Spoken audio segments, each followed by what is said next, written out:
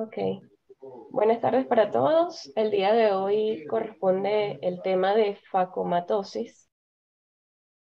Para entrar en tema, recordando que la palabra facomatosis deriva del griego facos, que significa lenteja o mancha madre, oma, que hace referencia a un crecimiento anormal, y el sufijo osis, que denota un proceso patológico. Entonces, la facomatosis es todo proceso patológico que conlleva un crecimiento anormal de algún tejido en forma de mancha.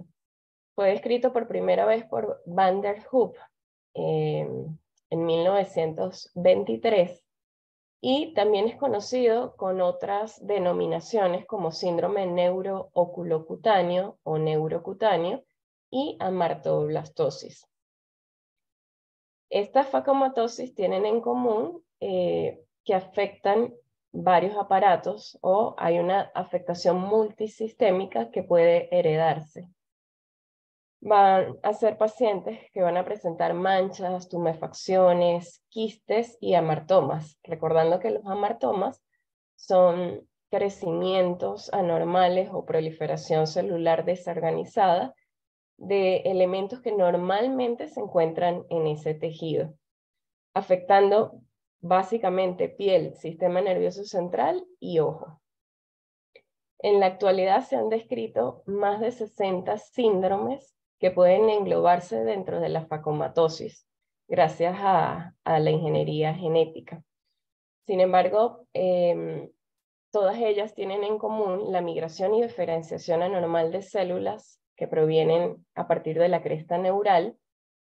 Muchos pueden heredarse de forma autosómica dominante con una penetrancia y expresión variable, y muchas otras son resultado de una mutación en novo. La mayoría de ellas son patologías benignas de progresión lenta, pero que tienen un riesgo de sufrir cambios hacia la malignidad. De cualquier modo, son enfermedades que debemos manejar con un equipo multidisciplinario. Desde el punto de vista oftalmológico y de retina, podemos concentrarnos en 5 grandes facomatosis que podemos clasificar en aquellas de origen vascular y no vascular. Las de origen vascular, como el von Hippel-Lindau, Weaver-Mason, el hemangioma cavernoso de retina, y dentro de las no vasculares, las más frecuentes, la neurofibromatosis y la esclerosis tuberosa. Vamos a hablar de cada una de ellas.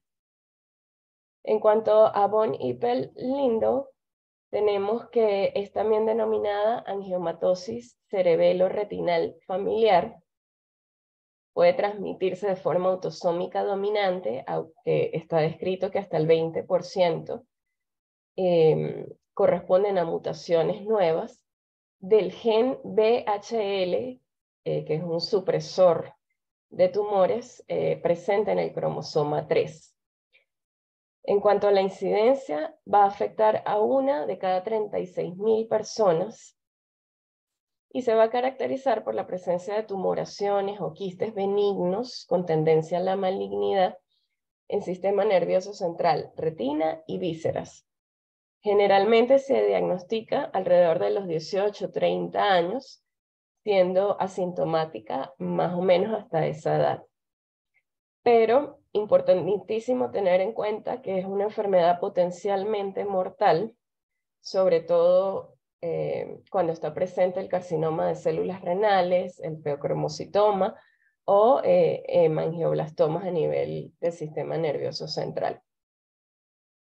A nivel ocular es posible encontrar el signo patognomónico, que es un hemangioblastoma retiniano. También puede denominarse hemangioma capilar retiniano o hemangioblastoma capilar o angioma retiniano, que se caracteriza por una malformación vascular benigna que puede estar a nivel de cualquier área de la retina extrapapilar o bien en las cercanías del disco óptico.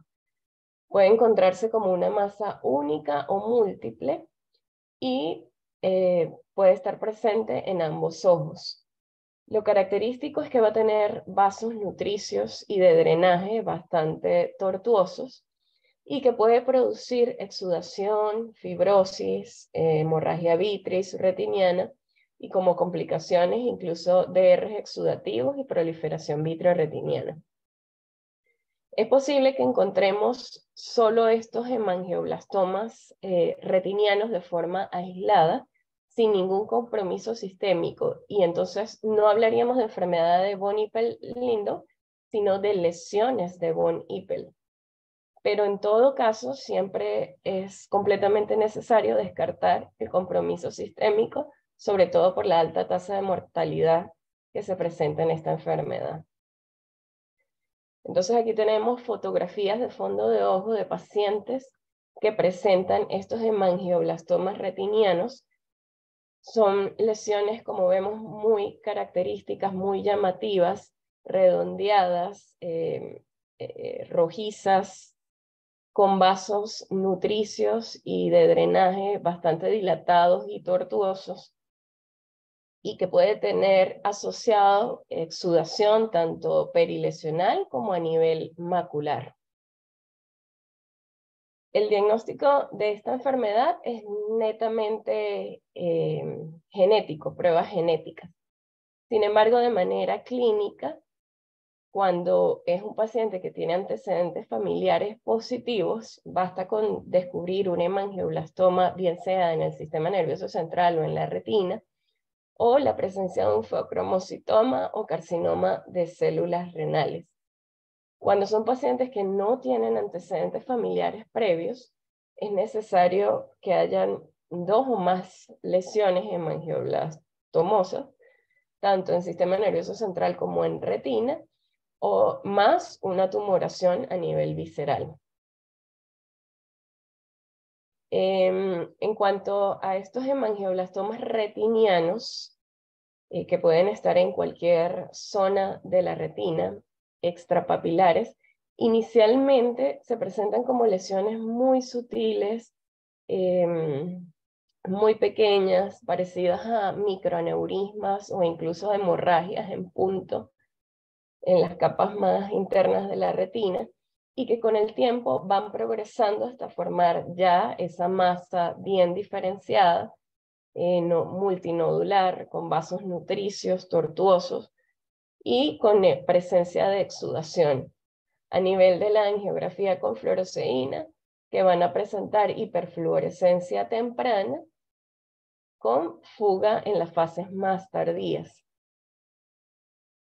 También podemos encontrar una presentación yuxtapapilar, o sea, muy alrededor o a las cercanías del disco óptico, que a diferencia de la presentación anterior es más sutil, apenas puede verse como un blanqueamiento o una traslucencia, una opacidad retiniana con engrosamiento y edema. No hay vasos nutricios, pero cuando hacemos la angiografía con fluoresceína, vemos claramente que hay una alteración vascular adyacente al disco óptico. Y cuando hacemos OCT es bastante evidente el edema retiniano quístico y difuso. En cuanto al manejo de esta entidad, debe basarse en una vigilancia adecuada. Debemos identificar precozmente estas lesiones en la retina porque son más fáciles de tratar y el pronóstico va a ser muchísimo mejor mientras más rápido se diagnostique. Estas lesiones deben recibir un tratamiento oportuno, por supuesto, mientras más pequeñas son más fáciles de tratar. Cuando estamos alejados del disco óptico y del haz papilomacular, el tratamiento se centra en la ablación o destrucción propiamente dicha del tumor, bien sea con láser o crioterapia, o incluso en muchas ocasiones con cirugía vitreoretiniana cuando ya hay presentes complicaciones como el DR. Y cuando son lesiones yuxtapapilares por las reacciones adversas de tratar con ablación tumoraciones en esta área, no se tiene buenos resultados y por tanto se ha propuesto la terapia anti-VEGF. Entonces, cuando tenemos hemangioblastomas retinianos extrapapilares pequeños de menos de un diámetro de disco, la indicación principal es la fotocoagulación láser, con una duración prolongada entre 0.2 a 0.4 segundos, hasta que logremos un blanqueamiento de la totalidad de la lesión. Muchas veces esto va a ocasionar una cicatriz coriorretiniana que puede ir desapareciendo con el tiempo. Y es importantísimo después de esto tener un seguimiento cuidadoso para detectar a tiempo recurrencias o incluso el desarrollo de otras lesiones en otros lugares. Cuando hablamos ya de tumoraciones de mediano tamaño, entre 1.5 y 4 milímetros, es posible que sean necesarias más de una sesión de láser o incluso crioterapia para poder hacer un tratamiento destructivo de la lesión. Como vemos en las imágenes, se aplicó directamente crioterapia sobre la lesión. Vemos cómo se crea esa cicatriz coriorretiniana a nivel de la retina y con blanquecimiento y esclerosis, sobre todo de la parte más temporal de la tumoración, y de disminución del exudado macular. Y cuando ya son lesiones mucho más grandes, de 4.5 milímetros, verdaderamente representan un desafío terapéutico, porque la mayoría de estos tratamientos no tienen una tasa de éxito apropiada. Se ha descrito la utilización de crioterapia, de braquiterapia, no estando exentos de complicaciones y aumentando como efecto adverso la contracción vítrea y la exudación subretiniana, con mayor riesgo de DR exudativo. En estos casos también se describe la cirugía vitreoretiniana, tratando de hacer una exéresis directa de la lesión tumoral con retinectomía y posterior retinopexia. Pero la verdad es que, bueno, falta consenso al respecto. Y cuando son lesiones en las adyacencias al disco óptico, pues no se recomienda el láser. La terapia fotodinámica ha sido descrita, pero no es curativa. Muchas de estas lesiones es preferible observarlas y utilizar anti-VEGF o incluso esteroides intravítreos cuando el edema macular se sobrepone. En ausencia de opciones ablativas seguras, el tratamiento se limita a intentar disminuir la exudación y el edema que afecta la visión central. Entonces, para recordar, con Bonnie Pell-Lindau, es importantísimo descartar el toque sistémico. Recordarnos que tiene una muy alta mortalidad y que debe ser pacientes que se deriven a un equipo multidisciplinario. Los hemangioblastomas retinianos extrapapilares pueden tratarse fácilmente con láser, mientras que los yuxtapapilares, el tratamiento debe manejarse más sutilmente para no dañar la visión central. El pronóstico en términos generales no es bueno, pero cuando se hace un diagnóstico precoz y un tratamiento oportuno, el paciente puede conservar una muy buena visión. Entonces, tenemos desde pacientes que prácticamente no se les ve ninguna alteración a nivel de su fondo de ojo, pero cuando hacemos la angiografía con fluoresceína vemos que evidentemente sí hay unas malformaciones vasculares que fugan, pasando desde este estadio muy leve a estadios mucho más avanzados, con un importante componente exudativo, desprendimiento exudativo de la retina. Entonces vemos que es un abanico o un espectro bastante grande de la enfermedad. Importante, diagnóstico precoz. Pasando ahora al síndrome de Weaver-Mason, tenemos que se conoce también con el nombre de hemangioma racemoso de retina, por su característica morfológica, y que no es más que una comunicación arteriovenosa benigna, donde no hay o está alterado el lecho capilar. Puede ocurrir de forma aislada a nivel retiniano o estar asociada a patología sistémica, ya en el contexto de un síndrome propiamente dicho, también llamado síndrome de Bonnet-Duchamp-Bland, donde no solo hay afectación a nivel retiniano, sino también del sistema nervioso central.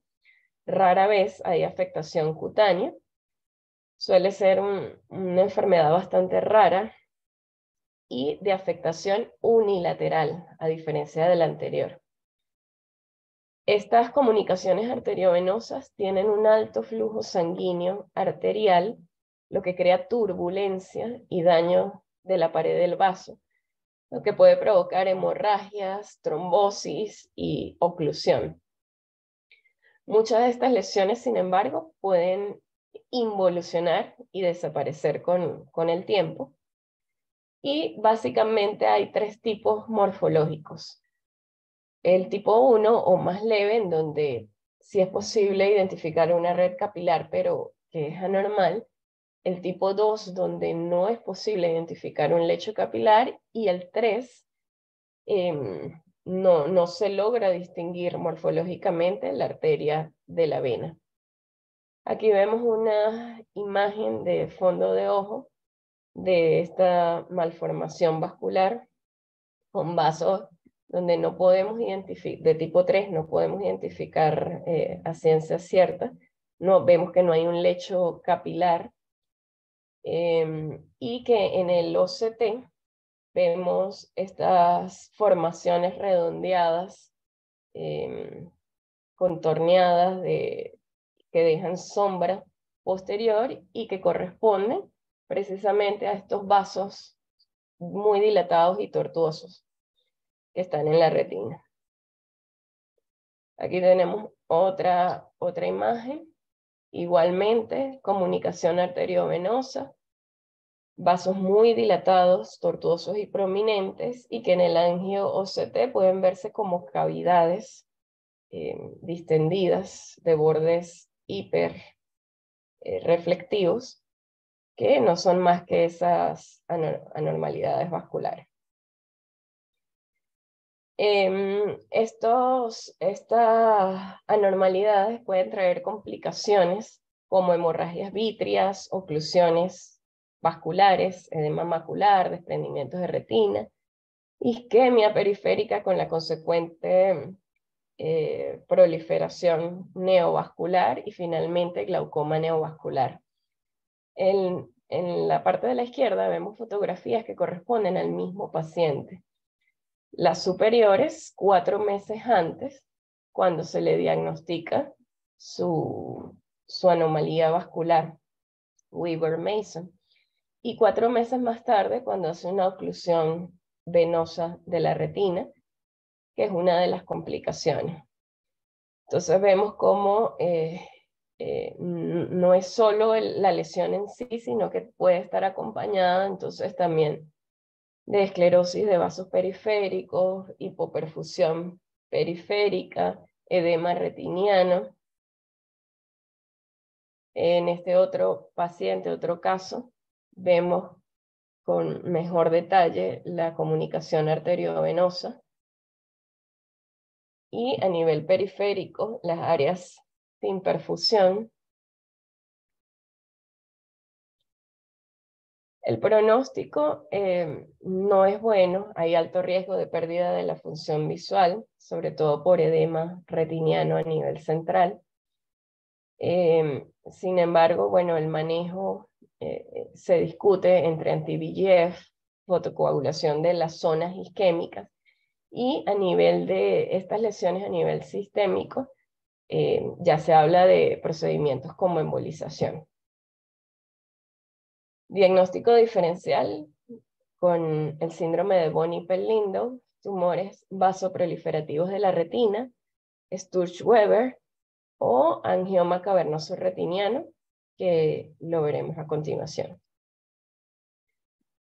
El hemangioma cavernoso retiniano es también una malformación vascular amartomatosa, benigna, unilateral, poco frecuente, congénita, suele diagnosticarse en niños y adultos jóvenes y que causa lesiones muy similares en sistema nervioso, en cara, en órbita y en mandíbula.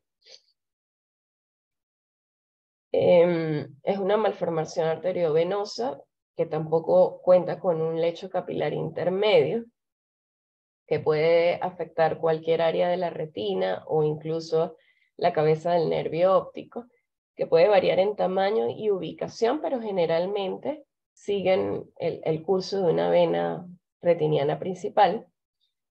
Pueden ser únicas, como en la mayoría de los casos, o presentarse múltiples lesiones en el mismo ojo. Aquí vemos otras imágenes muy características que parecen como racimos de uva, se presentan como lesiones cavernosas o sáculos de color rojo oscuro, cubiertos muchas veces por esta proliferación fibroglial, formando cavidades o cavernas, donde el flujo sanguíneo es muy lento, está estancado o es muy bajo, pues, a diferencia del anterior. Cuando hacemos angiografía con fluoresceína, vemos que hay un llenado lento y que no hay fuga, sino más bien una tinción. Cuando estas lesiones están en la periferia, no suelen causar ningún síntoma. Sin embargo, cuando están cerca, por supuesto, del área central, pudieran cursar con disminución de la agudeza visual. Aquí tenemos entonces otras imágenes muy características, lesiones saculares, cavernosas, de coloración rojiza, muy cercanas al trayecto de una vena principal,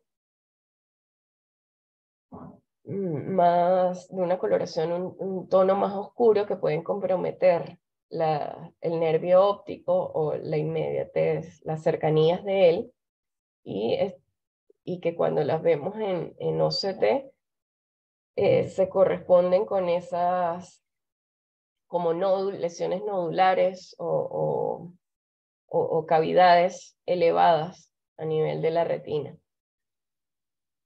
El hemangioma cavernoso retiniano, entonces vemos cómo puede verse en los diferentes tiempos de la angiografía con fluoresceína y verde de indocianina, como lesiones que se llenan muy poco o muy lentamente con el colorante, a nivel de la OCT, que producen gran deformación sobre todo de las capas internas de la retina, a nivel de la angio-OCT, como una lesión hiporeflectiva, como una masa cavernosa, y por supuesto a nivel cerebral pudiéramos encontrar la misma gama de características, pero en el tejido nervioso cerebral.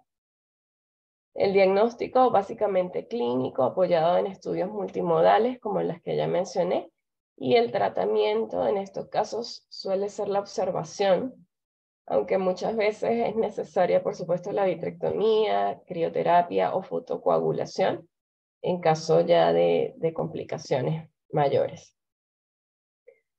Pasando ahora a las facomatosis no vasculares, tenemos la neurofibromatosis, también denominada enfermedad de von Recklinghausen. Es una patología que está presente desde el nacimiento, pero que puede verse a partir de la primera infancia o incluso edades más avanzadas, sin predilección de género ni raza, y que puede transmitirse de forma autosómica dominante, aunque tiene también una alta tasa de mutaciones de nodo. Existen básicamente dos tipos, la neurofibromatosis tipo 1 y la tipo 2. La tipo 1, que es la más frecuente, la forma más clásica, afecta a 1 de cada 3.000 personas y se produce cuando hay una mutación del gen NF1 que codifica la neurofibromina, que es una proteína supresora de tumores presente en el cromosoma 17.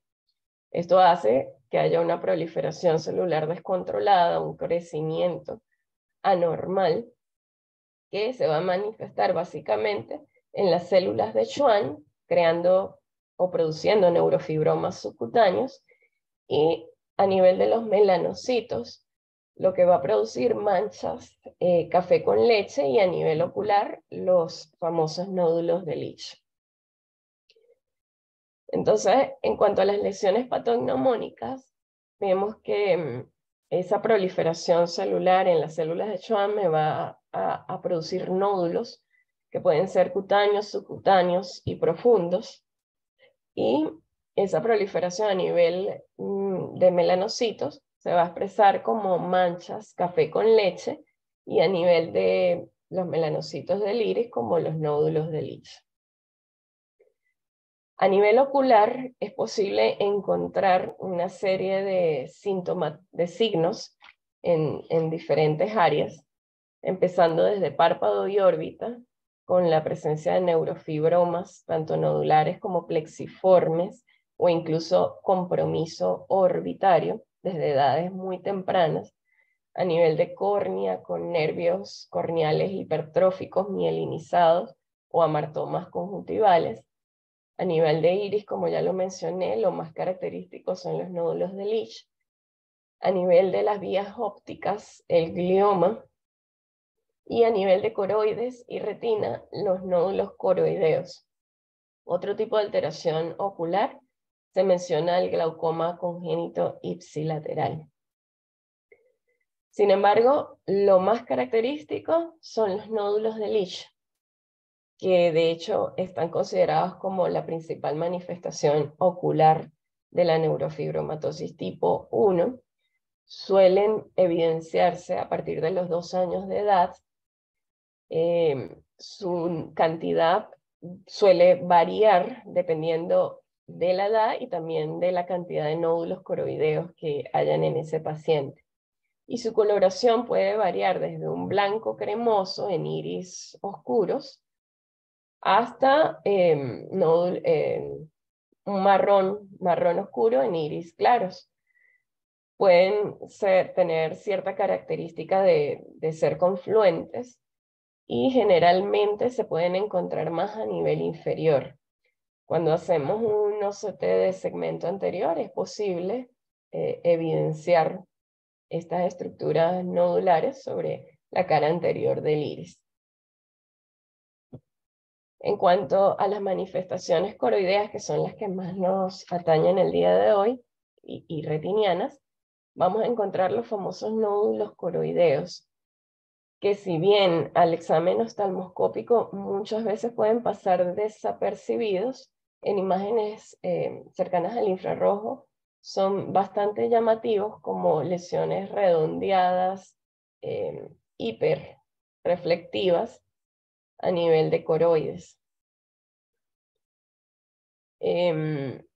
Muchos de estos nódulos coroideos pueden adquirir una forma de cúpula, como la que vemos en la imagen superior, única y redondeada, o una forma más placoide y generalizada.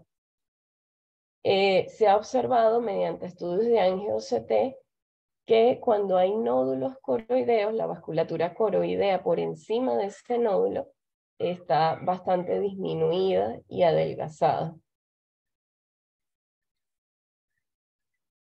También en cuanto a la retina, es posible encontrar algunas anomalías microvasculares, como los llamados vasos en sacacorcho, como vemos en la imagen, o incluso hemangiomas capilares múltiples o amartomas astrocíticos.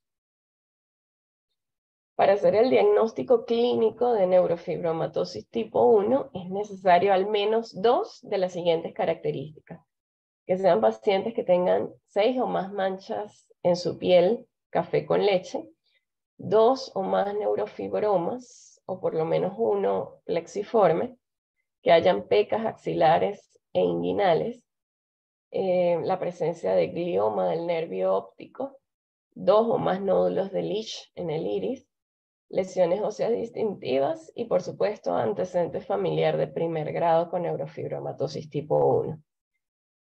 En cuanto a la neurofibromatosis tipo 2, es menos frecuente que la 1. Su incidencia está en 1 de cada 25.000 personas. Y en este caso, el gen afectado es el NF2 en el cromosoma 22. Esto produce proliferación de lesiones neurofibromatosas, principalmente en el sistema nervioso central y en el trayecto del séptimo nervio craneal y octavo, creando schwannomas vestibulares bilaterales, sordera e hipoacusia.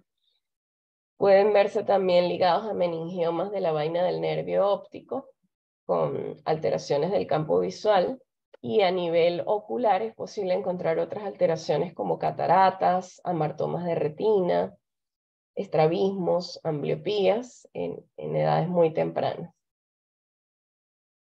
Pasando a la esclerosis tuberosa, tenemos que fue descrita desde 1880, también conocida como enfermedad de Bourneville-Pringle.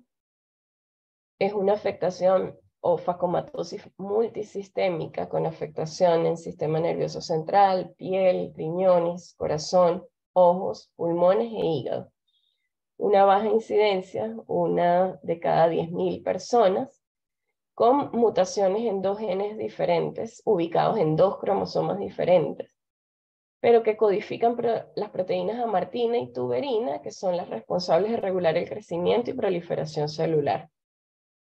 La mayoría de estas personas, de estas mutaciones, aparecen de forma espontánea. Y la lesión principal o patognomónica es la presencia de un amartoma astrocítico en esas diferentes ubicaciones. En cuanto a los hallazgos oftalmológicos, es posible que haya presencia de coloboma de iris, coroide, cristalino, glaucoma esporádico, poliosis, despigmentación sectorial del iris, angiofibroma blefaroconjuntival, pero la lesión más característica a nivel retiniano, por supuesto, es la presencia de un amartoma astrocítico de la retina que involucra las capas más internas. Puede aparecer como una lesión única o múltiple, tan pequeña como 0.5 diámetros de disco hasta 4 diámetros de disco.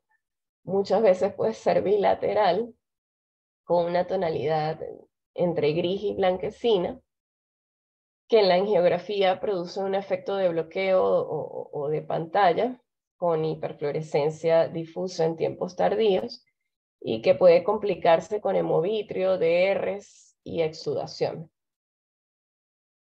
Estos amartomas pueden ser la única y primera manifestación de la enfermedad, por lo cual es considerada uno de los principales criterios diagnósticos. Existen básicamente 3 tipos morfológicos de amartoma astrocítico de retina. El de los cuerpos tuberosos jóvenes, que corresponden a las flechitas blancas que vemos en la imagen, que son lesiones completamente planas, traslucentes y que ocasionan ligera opacidad a nivel de la retina. Los cuerpos tuberosos mayores, que ya están mucho mejor delimitados, con calcificación elevadas, y las lesiones transicionales que guardan características de ambas. Entonces aquí vemos amartomas astrocíticos, vemos lesiones más juveniles y ya lesiones más avanzadas. Igualmente, en imágenes de campo ultra amplio, vemos entonces lesiones a nivel nasal y temporal de ojo derecho. Y en la imagen del lado derecho vemos cómo hay varias lesiones de esclerosis tuberosa asociadas a la arcada temporal inferior. El manejo básicamente se centra en la observación si no hay mayor compromiso de la agudeza visual, si no hay mayores complicaciones.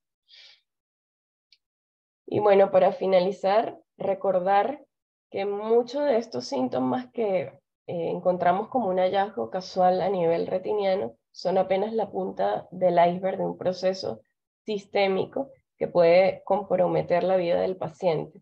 De allí tan importante un examen cuidadoso y un manejo, por supuesto, multisistémico si estamos sospechando de alguna de estas patologías. Muchísimas gracias.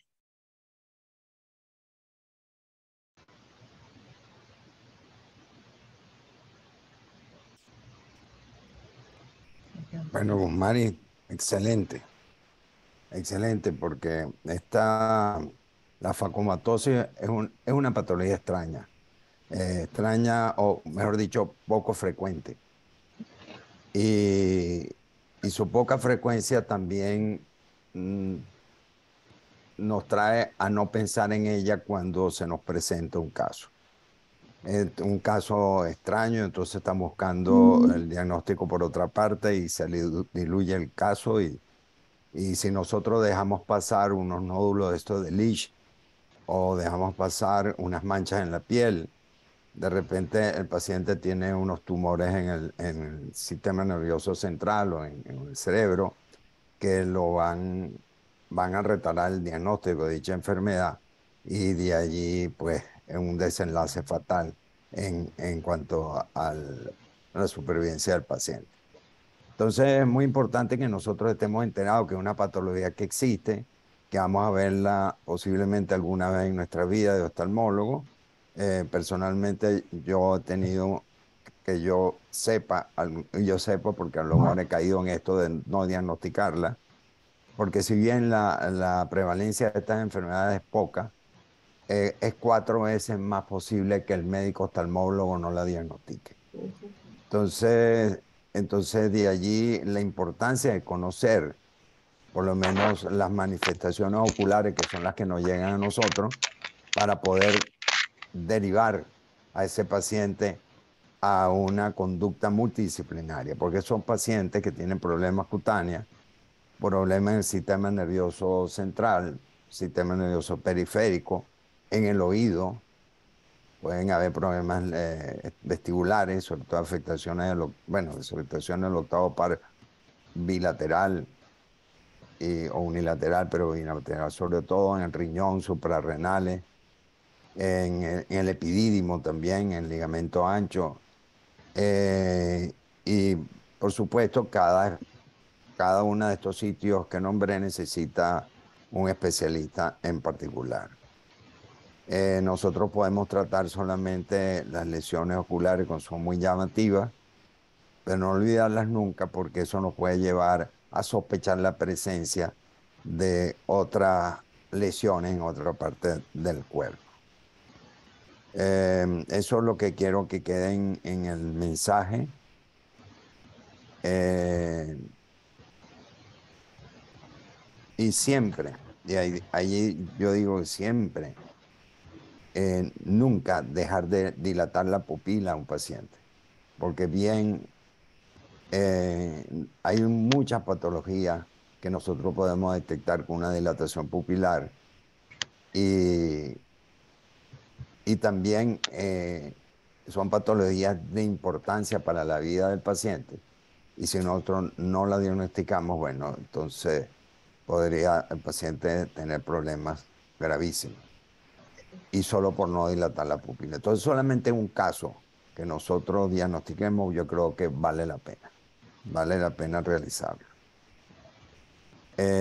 Dime, Sofía, un comentario. Mira, un comentario, como tú dices, son extremadamente raras y muy poco frecuentes.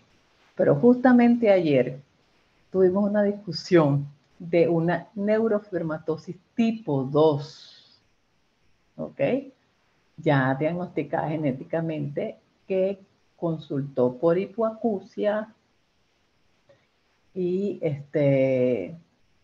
o sea, fue una consulta vía WhatsApp, como digo yo, mensaje, la vieron y la tiene 20/20 de visión, pero al examinarla, el neurooftalmólogo tiene una proptosis de 4 milímetros en un ojo, tiene un defecto apenas de 4/4 y 3/4, apenas mínimo pupilar aferente, pero tiene una ptosis palpebral y una limitación de la supraducción y parálisis del tercio superior del tercer par, porque en ver hacia abajo ya aduce, pero hacia afuera también, y del sexto par.